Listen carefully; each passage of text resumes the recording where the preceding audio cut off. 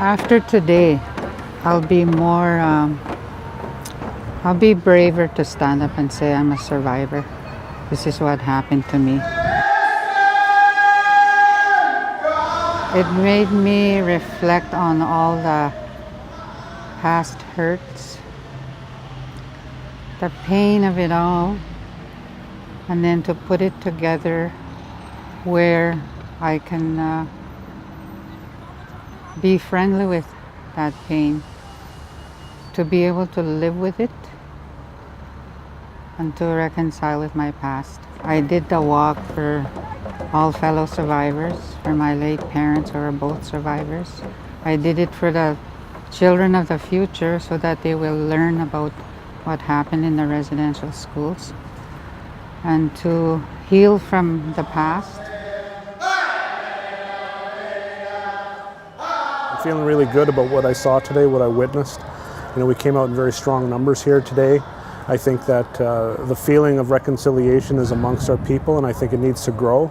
It needs to find space to be nurtured, and we need a much larger crowd paying attention to what this reconciliation process is all about. My biological mom, she was a part of residential school until she was 14, and then she ran away.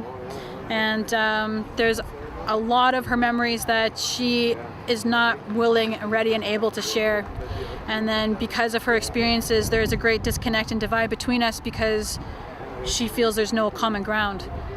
I was really touched when we were inside the viewing room of what was happening, the live stream, because I was raised in care.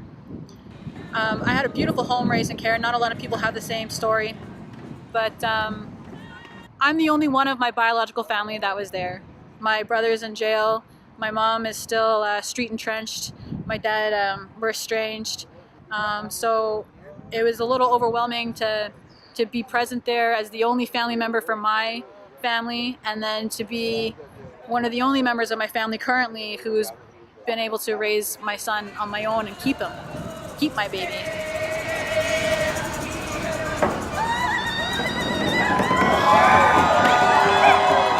It's important to have the medicine and drums, so we show that we're still here and we're not forgetting.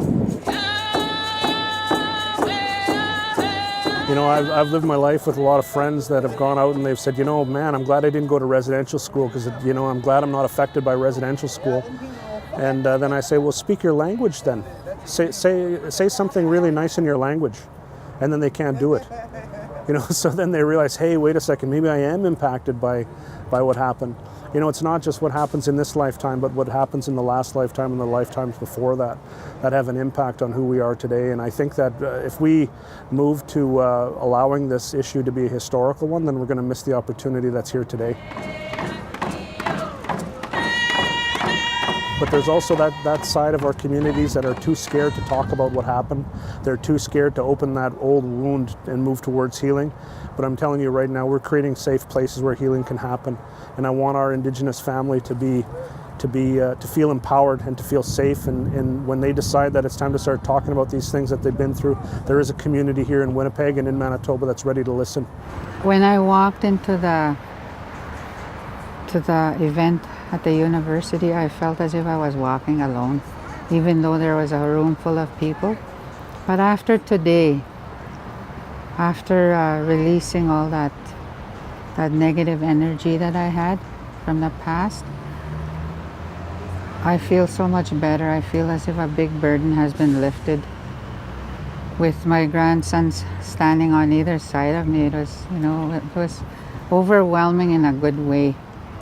And I can move forward.